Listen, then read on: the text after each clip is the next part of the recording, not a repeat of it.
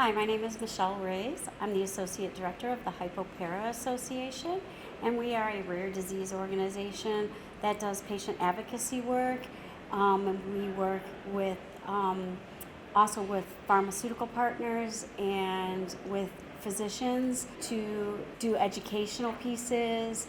We've started working on CMEs, but first and foremost, we're always about the patient and making sure that they're well educated about their disease so that they can advocate for themselves.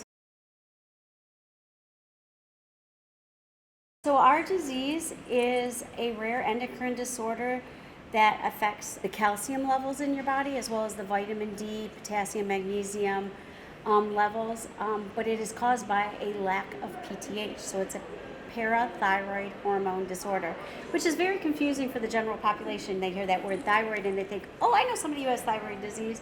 Even though it has the word thyroid in it, it is not actually a thyroid disease. Parathyroid is a totally separate organ that most of us with the disease are either missing that organ or just don't have enough hormone being produced by the organ. So there are two ways you can generally come by diagnosis with this disease. We do have a genetic component, so about 25% of our population comes from the genetic side of things, and they typically have a very long diagnostic journey. It's unfortunately very misdiagnosed in childhood. It presents as seizures or neurological defects, difficulty meeting milestones and being able to walk right and different things like that, which gets confused with a lot of other syndromes.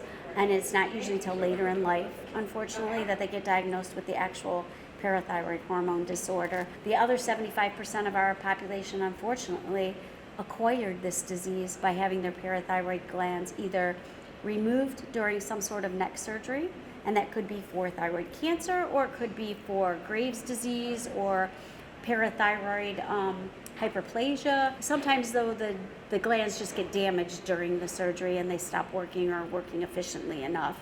But that's the majority of our population, unfortunately, got this disease trying to cure another disease. Prior to this year, patients were managed with over-the-counter vitamins and minerals and a lot of blood work and not a lot of success. We just got our first FDA-approved drug in December of last year, which actually replaces the hormone we're missing. So we're finally being treated as a whole. I believe it's very effective. So I've been on the drug for 4 years. I was in the clinical trials. And it took me from not being able to be what I thought was a productive member of society, not being able to care for my children fully by myself, not being able to get groceries by myself because I couldn't lift things, not having the mental acuity I needed to work full time, and all of that went away. As you can see by now, I'm able to speak well, gather my thoughts well, walk well, and I no longer worry about, in our disease state, we often talk about what we call a crash, and they're talking about their calcium dropping to unsustainable levels. And I haven't experienced that in over 3 years. So for me, the drug is working real well.